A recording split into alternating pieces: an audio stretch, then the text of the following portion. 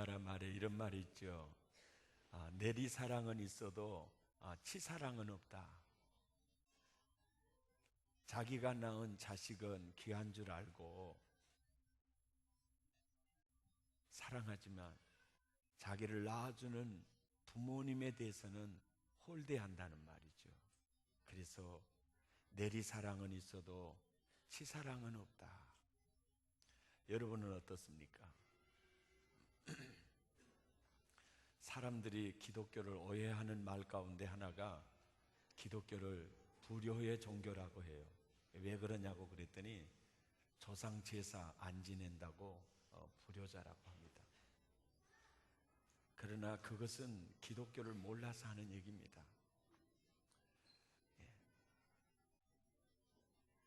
기독교는 죽은 조상에게는 하지 않습니다.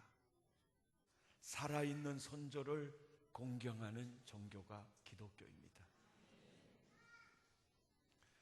기독교는 효도를 인륜의 첫째로 둡니다. 에베소서 6장 1절에서 3절까지 함께 읽을까요? 자녀들아 너희 부모를 주 안에서 순종하라. 이것이 옳으니라. 내 아버지와 어머니를 공경하라. 이것이 약속 있는 첫 계명이다. 첫 계명이다. 이는 내가 잘되고 땅에서 장수하리라. 이 땅에 오신 예수님은 정말 효도의 참 모습을 보여주셨습니다. 누가복음 2장 51절에 보면 예수께서 시작 한 가지로 내려가사 나사렛에 이르러 순종하여 받으시더라. 자기를 낳아 길러주셨던 그 부모님을 순종하여 받으시더라. 나중에 나와 여러분의 모든 죄를 십자가에서 다 치러주실 때 물과 피 다 쏟아져서 목마르면서 입이 다 붙고 그때 그 고통 중에도 어머니를 챙기시죠. 요한복음 19장 26절에 예수께서 그 모친과 사랑하시는 제자가 십자가 곁에 섰는 것을 보시고 그 모친께 말씀하시되 뭐라 그래요? 여자여 보소서 아들입니다 하시고 또 그 제자에게 이르시되 보라 너의 어머니니라. 이 어머니를 너의 어머니로 꼭 섬겨주기를 바란다. 그때부터 그 제자가 자기 집에서 모시니라. 오늘 성경을 통해서 참 그 효도의 다양한 면을 우리에게 보여주고 있습니다. 그 요셉이라는 인물을 통해서 하나님께서 효도의 다양한 면들을 보여주고 있는데 창세기 37장 13절을 같이 읽어볼까요? 시작. 이스라엘이 요셉에게 이르되 내 형들이 세겜에 양을 치지 아니하느냐 너를 그들에게로 보내리라. 요셉이 아비에게 대답하되 내가 그리하겠나이다. 내가 그리하겠나이다. 요셉아 너희 형들이 양을 치러 집을 떠난 지 수일이 되었는데 그들의 안보가 궁금하구나. 내가 음식을 마련해 줄 테니까 그걸 들고 가서 네가 안부를 살피고 오너라. 그런데 그 형제들은 요셉을 굉장히 미워했습니다. 그래서 아버지가 없을 때 그 형들은 요셉을 해칠 수도 있는 그런 악한 감정을 가지고 있음에도 불구하고 사실 이 길을 떠나서 수십 년 동안 아버지 얼굴 못 보게 되거든요.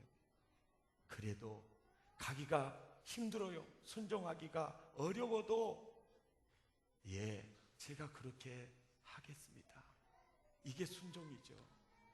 요즘 자녀들이요 부모님이 몇 마디 하면은 그럽니다. 이제는 잔소리 그만하라고 그럽니다. 어떤 자녀는요 1절만 하란께 그럽니다. 다 여기 속에 드시신 분들 웃으시는데 회개하시기를 바랍니다. 여러분 유대인들은 전승을 아주 소중히 여깁니다. 부모의 말, 선조의 말 아주 귀하게 여겨요. 이런 말 있죠. 어른의 말을 들으면은 자다가도 떡을 얻어먹는다는 거예요. 나를 누구보다도 내 성격을, 그리고 나를 너무나도 잘 아시는 분이 나보다 부모가 더 나를 잘 알아요. 그래서 너는 이런 배우자를 만나면 너는 참 좋을 거다라는 게 답이 나와 있어요. 절대 여러분 부모가 반대하면은 하지 마세요. 그대 없이는 못 살아서 죽을 것 같아도 세월이 약이겠지요. 세월이 지나면은 다 잊어지는 거예요. 사랑 다 변합니다, 여러분. 아멘. 예. 여러분, 늘 부모 말에 순종해야죠. 아멘. 부모 말에 순종해야 돼. 순종하면 땅에서 잘되고 장수한다고 말씀하셨어요. 부모는 하나님의 대리자예요. 하나님을 대신해서 나를 낳아주었어요. 하나님을 대신해서 나를 길러주었어요. 하나님을 대신해서 나의 스승이 되셨어요. 예. 내 생각 아무리 기고 날아도 산전수전 거치면서 나오는 그 부모님의 지혜는 가볍게 여길 게 아니에요. 여러분의 부모가 실패한 부모일지라도 실패 속에서 그 경험된 지혜는 놓칠 수가 없어요. 요셉은 그의 효도가 순종으로 드러나는 것을 볼 수가 있습니다. 그리고 창세기 46장 30절에 보면 이런 말씀이 있어요. 이스라엘이 야곱이 요셉에게 이르되 네가 지금까지 살아있고 내가 너의 얼굴을 보았으니 내가 너의 얼굴을 보았으니 지금 죽어도 가도다. 아하, 여러분, 효도가 어떻게 드러나요? 부모님에게 얼굴을 보여주는 것으로 드러나는 거예요. 부모님에게 자주 얼굴을 보여드리는 것이 효도구나. 출필고 반필면이라는 게 있어요. 요즘은 제 혀가 잘 안 돌아가요. 어제 중보기도 학교에 목을 좀 과하게 쐈더니 더 안 돌아가요. 윤활유를 치면 좀 더 잘 돌아갈 겁니다.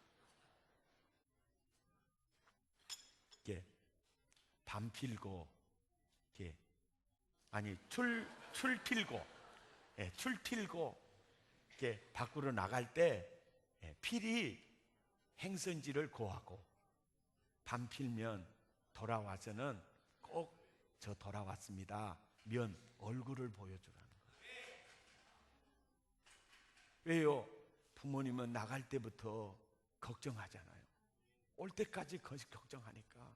그래서 출필고 반필면 하라, 이렇게. 물을 한 잔 더 마셔야 되겠어요. 그리고 이런 말이 있어요. 혼정신성이라는 말이 있어요. 저녁과 아침에 부모에게 늘 안부를 물어라 라는 얘기죠. 아멘입니까? 참 부모에게 얼굴 잘 보여주는 게 큰 효도입니다. 옆 사람한테 인사합시다. 그 잘난 얼굴 좀 보여주면서 삽시다. 네. 할렐루야. 그러면서 또 이 요셉의 효도가 어떻게 드러나느냐면요, 창세기 47장 7절에서부터 10절까지 보면은요, 그 자기 아버지를 황제 앞으로 모시고 들어가서 이렇게 이렇게 자기 아버지를 상당히 높여드리는 것입니다. 자, 7절부터 시작. 요셉이 자기 아비 야곱을 인도하여 바로 앞에 서게 하니 야곱이 바로에게 뭐하죠? 야곱이 황제에게 축복을 합니다. 이게 바로 뭐요? 왕 같은 제사장의 특권입니다. 이 시대의 역사의 주역은 애굽의 황제 바로가 아니고 야곱이 바로 왕 같은 제사장이었습니다. 아멘. 바로가 야곱에게 묻되 형, 어르신의 나이가 얼마나 되었습니까? 9절에 야곱이 바로에게 고하되 내 나그네 길의 세월이 130년이이다. 나의 연세가 얼마 못되니 우리 조상의 나그네 길의 세월에 미치지 못하나 험악한 세월을 보내었습니다. 이 얘기를 왜 했겠어요? 지금 내 몰골을 보면 아시지 않겠습니까? 지금 내 이 모습을 보면 내가 참 험악한 세월을 보내었습니다. 자기 어떤 그 좀 모습이 부끄러웠던 것 같아요. 그럴 것 같아요. 그리고 이제 면담을 마치고 나오면서 야곱이 바로에게 뭐하죠? 축복을 합니다. 이야, 이게요. 여러분, 우리가 태신자의 이름을 불러가며 비는 축복이 하나님 앞에 꼭 연락이 될 겁니다. 하나님이 나와 여러분을 왕같은 제사장으로 축복권을 주셨어요. 아멘. 여러분 보세요. 야곱은요, 이 영적 자존감을 가지고 있었어요. 황제 앞에서도 그는 신자로서 하나님의 사람으로서 굉장히 당당한 자존감과 자아상을 갖고 있는 걸 알 수 있습니다. 그래서 여러 이 정황을 묵상을 해보면 다양한 생각들이 떠오르는 게 있어요. 그게 뭐냐면은 정말 우리 애굽의 바로 황제, 내가 주군으로 섬기고 있는데 참 이 제사장권을 가지신 우리 아버지가 정말 이 바로 황제의 복을 좀 빌어줬으면 좋겠다, 기도 좀 받게 해줬으면 좋겠다, 그런 그 마음이 있었던 것 같아요. 그래서 아마 여기 사건 내용에는 그게 안 돼 있지만은 아버지 우리 궁에 가서 꼭 임금님을 위해서 기도 좀 해주십시오, 아마 그래서 모시고 갔던 것 같아요. 이것은 내가 해석한 내용입니다만은. 그래서 만나자마자 축복하고 헤어질 때 축복을 하고. 아멘. 또 한편으로는 임금님에게 오늘 내가 이 자리에 서게 된 것은 바로 이분 때문에 내가 이 자리에 서게 되었습니다. 이 어르신이 청소년 시절에 얼마나 많은 하나님의 율법으로 내게 가르쳐 주셨는지, 내가 이분 때문에 하나님을 경외하게 됐고, 호를 노예로 애굽 땅에 팔려왔지만은 이분이 가르쳐 주신, 이분이 물려주신 신앙의 은혜로 오늘 내가 이 자리에 있게 되었습니다. 나의 나된 것은 우리 아버지의 은혜입니다. 떳떳이 자랑하고 싶고, 또 아버지가 나를 잘 길러주셔서 내가 근무하는 근무지가 바로 이곳입니다. 다양한 요셉이 생각을 하고 그 아버지를 궁으로, 우리 한국으로 말하면 청와대로 이끌어가는, 거기 아무나 들어가는 것이 아닙니다. 이 모습을 보면서 참, 여러분, 이런 말이 있죠. 효도의 시작은 건강이고 효도의 마침은 입신양명이다. 아버지의 이름을 드러내주는 것이 효도의 꽃이라는 거죠. 우리가 건강하는 것이 참 부모에게 효도하는 것이고, 나중에는 아버님 덕분에, 어머님 덕분에 내가 오늘 이렇게 자랑스럽게 살고 있습니다, 다른 사람에게 그분의 명예를 세워주는 것으로 요셉의 효도가 나타나고 있습니다.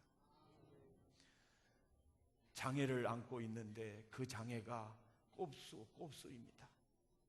그는 마늘 씨 하나 꼽아 먹을 땅이 없어서 그는 평생 남의 농사를 지어서 품삯으로 살아가는 소작농이었습니다. 그는 장애자였지만은 이를 악물고 그의 자녀들을 뼈를 깎아서 가르쳤습니다. 아들도 딸도 다 잘 배워서 명문가에 다 출가하게 되었어요. 그런데 딸이 내일 결혼식 하는데 그 전날에 딸이 그럽니다. 아버지 어머님, 마지막 부탁이 하나 있습니다. 그래, 네 부탁이 뭐냐? 그러니까 아빠, 딱 한 번만 부탁드릴게요. 내일 결혼식장에 큰아빠 손잡고 들어가게 해주세요. 어디서 날아온지 모르게 오빠의 손바닥이 그 딸의 싸대기를 올려붙이는 겁니다. 울면서 아빠, 아버지 어머님 이해해 주십시오. 꼭 아빠 손잡고 들어가게 해, 큰아빠 손잡고 들어가게 해 주십시오. 그럴 때 아버지 하는 말입니다. 걱정 말거래. 그렇잖아도 요즘 허리가 하루가 다르게 아파오니 내일 결혼식장에도 못 갈 것 같아서 내가 이미 내 형님에게 네 손 잡고 걸어가라고 부탁했대. 내가 혹시 결혼식장에 가지 못하더라도 이해하거래. 이미 그 아버지는 그 딸보다 먼저 생각을 하고 조치를 했던 겁니다. 그렇게 해서 시집간 딸이 하루는 일요일 날 아침에 시어르신들 모시고 가족과 함께 자가용을 타고 이제 나들이를 가면서 싹 가면서 보니까 소포에 꼭 아버지 닮은 사람이 서성거리더라는 거예요. 이렇게 봤더니 이미 사라졌어요. 참, 우리 아버지 닮으신 분이 또 있네. 그러고 갔다가 하루를 즐기고 저녁에 와서 남편이 소포에 뭐 사러 갔다가 오면서 보따리 하나를 들고 온 거예요. 풀어, 왜 그랬니? 이거 왜 가져오셨냐니까, 어떤 어르신이 오전에 와서 이 집에, 우리 집에다가 전달해 주라고 그랬다는 거예요. 풀어보니까요, 쪽지 하나가 나옵니다. 야야, 너 그 어미가 올락하다가 일이 있어 못 오고 내가 대신 가지고 왔대. 하나는 청국장이고 또 하나는 겉절이대. 네가 좋아하는 겉절이대. 야야, 배골지 말고 맛있게 먹거래. 이것이 부모와 자식의 차이죠. 여러분, 혹시 남루한 모습으로 어머니가 학교에 찾아왔을 때 친구들이 보면 창피할까 봐 숨는 경험들 혹시 있지는 않습니까? 그런데 요셉은 전혀 다른 모습입니다. 너무너무 자랑스럽게 아버지를 황제 앞에 모시고 들어갔어. 나는 이분 때문에 오늘 내가 이렇게 되었습니다. 나는 여러분, 꼭 아버지의 명예, 어머니의 명예를 누구에게나 높여드리는 여러분 꼭 되시기를 바랍니다. 나는 이분 때문에 내가 오늘 있게 되었고, 나는 이분 때문에 내가 이렇게 잘 되게 되었노라고 누구에게나 그렇게 말할 수 있기를 예수 이름으로 축복합니다. 바로 요셉의 효도는 그런 면으로 드러나고 있습니다. 그리고 창세기 45장 9절부터 보면은 또 새로운 면으로 요셉의 효도가 드러나는 것을 볼 수 있습니다. 함께 읽겠습니다. 당신들은 속히 아버지께로 올라가서 고하기를,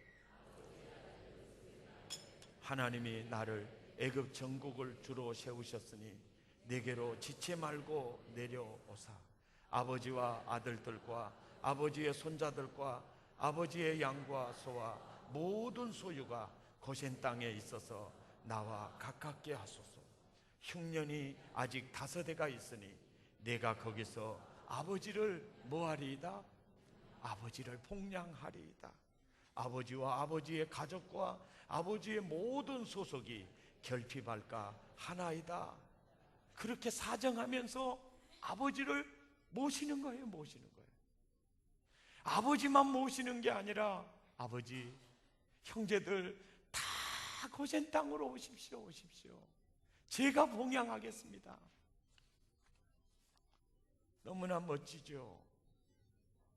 창세기 47장 11절에서 12절에도 보면 요셉이 바로의 명대로 그 아비와 형들에게 거할 곳을 주되 애굽의 좋은 땅 남셋을 그들에게 주어 기업을 삼게 하고 그 아버지와 형제들이 편안히 살 수 있는 것들을 마련해 주고 12절에 뭐라고 말합니까? 시작. 또 그 아비와 형들과 아비의 온 집에 그 식구를 따라 먹을 것을 주어 봉양하였더라. 나는 여러분 꿈을 꿔도 이런 꿈을 꿀 수 있기를 바랍니다.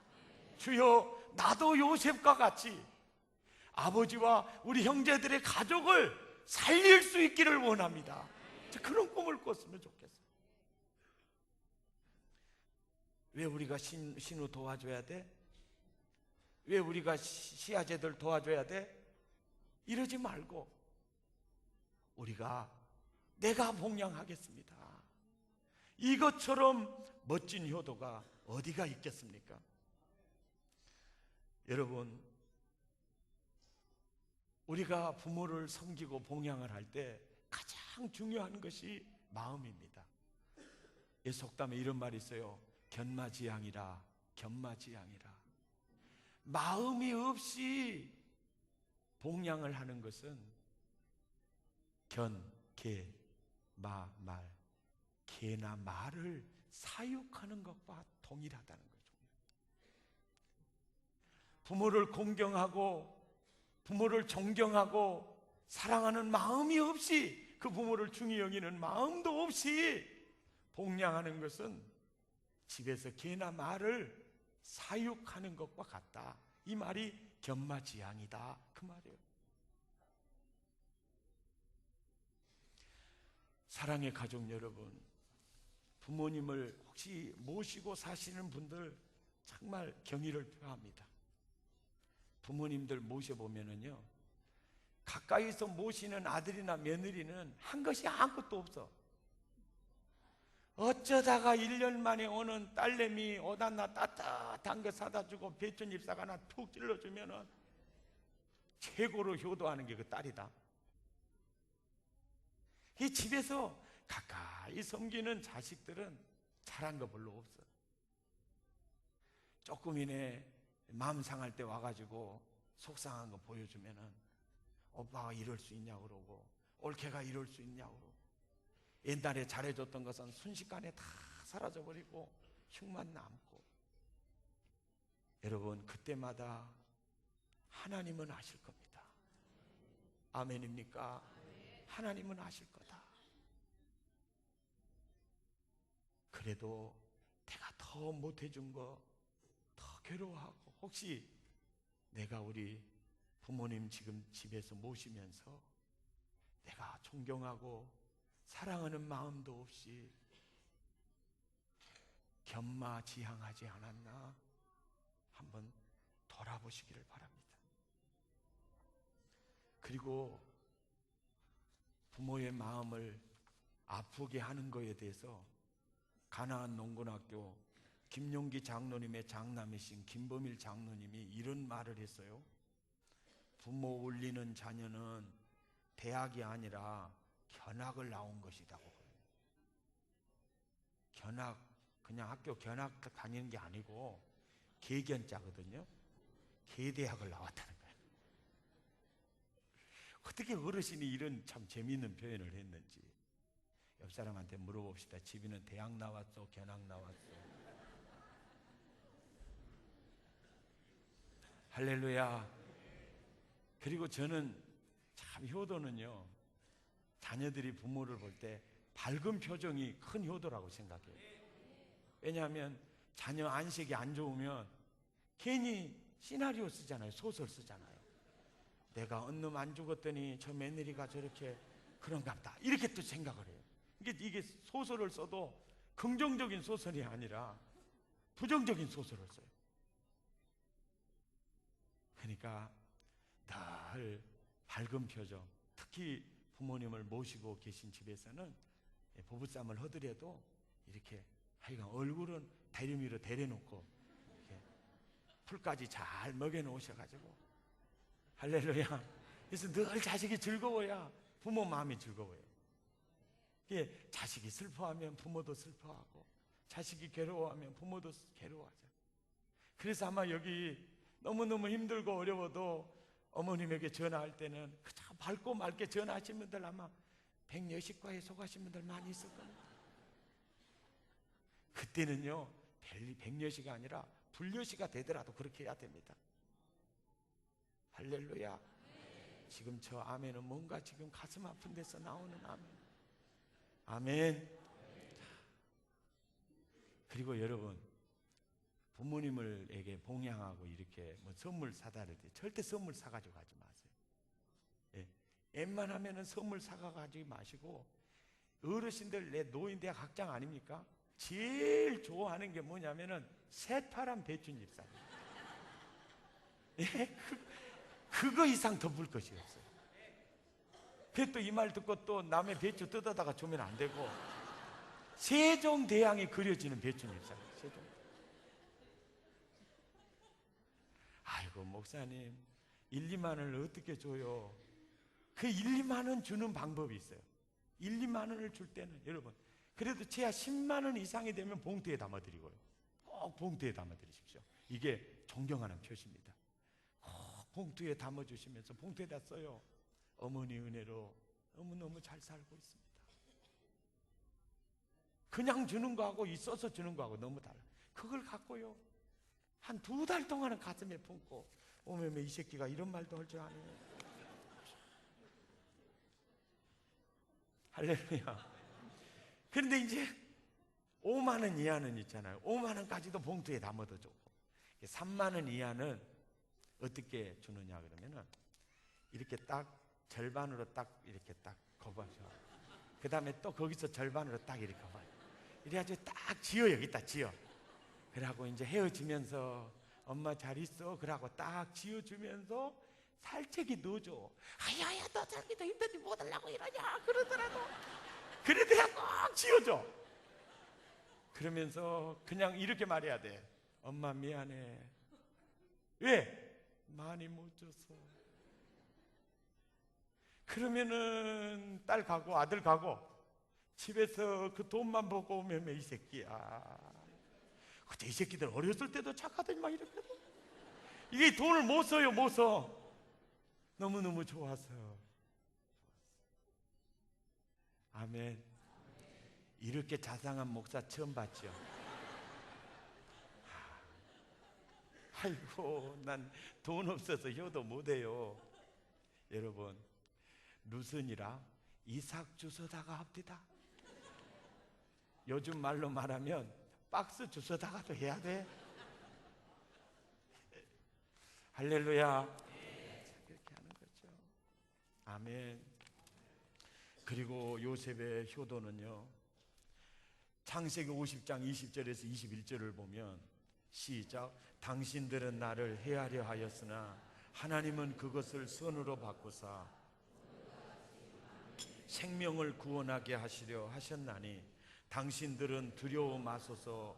내가 당신들과 당신들의 자녀를 기르리이다 하고 그들을 간곡한 말로 위로하였더라.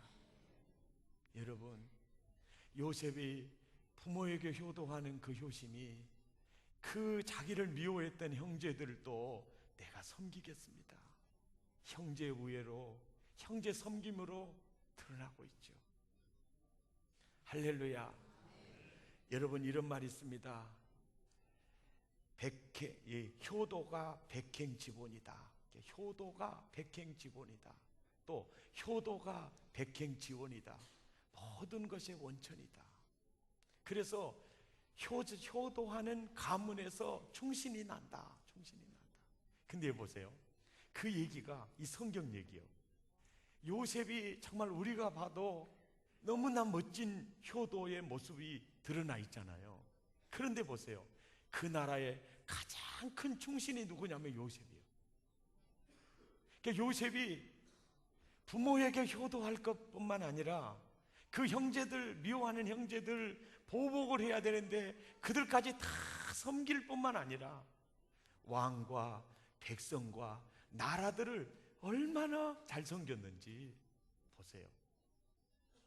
애굽 사람들이 가장 싫어하는 목축업에 종사하는 내 아버지지만 고센 땅에다가 이주시켜서 살리고 싶습니다. 그럴 때 왕이 그래요. 고센 땅 중에서 좋은 땅을 주어라고 그래요. 그리고 우리 집의 가축들을 실력 있는 자들로 하여금 채용을 해서 내 가축들을 기르라고 일까지 맡겨줘요. 그런데다가 주변의 신하들과 나라 백성들이 어찌 저런 목축업에 종사하는 이들을 애굽의 국민으로 받아들일 수 있겠느냐라고 피켓을 들고 데모할 수도 있죠. 그리고 주변에 있는 신하들이 상감마마 절대 불가하옵나이다, 얼마든지 추청을 드릴 수 있죠. 그런데 그런 면이 전혀 없는 거예요. 부모님들이 교회 와서 잘 안 오니까 얘가 대신해서 저렇게 오는 거예요.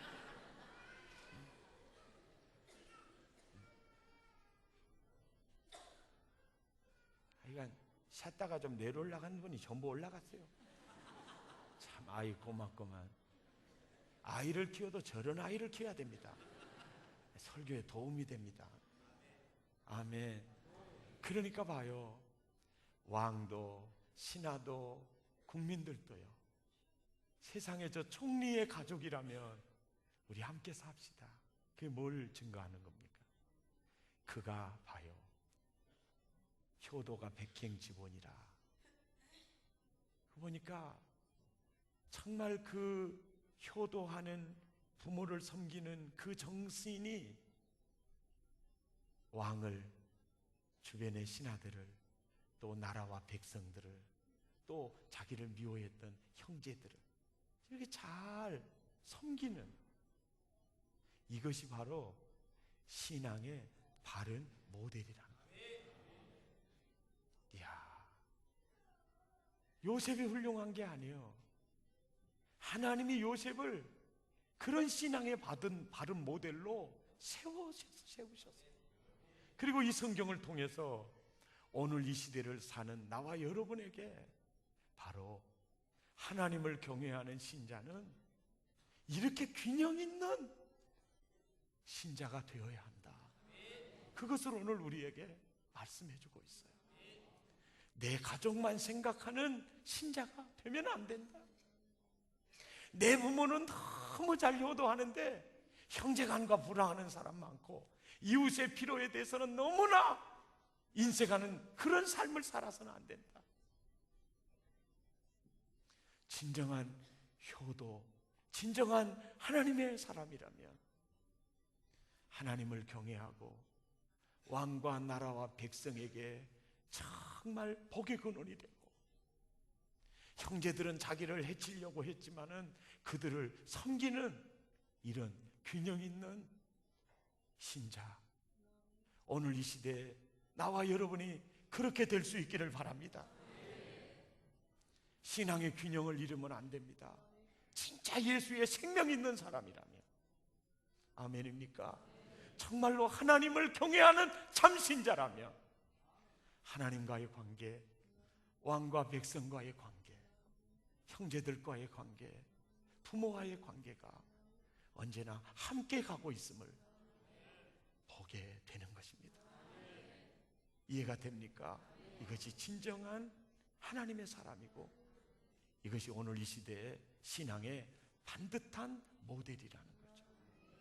이런 은혜가 여러분에게 넘치시기를 예수 이름으로 축복합니다.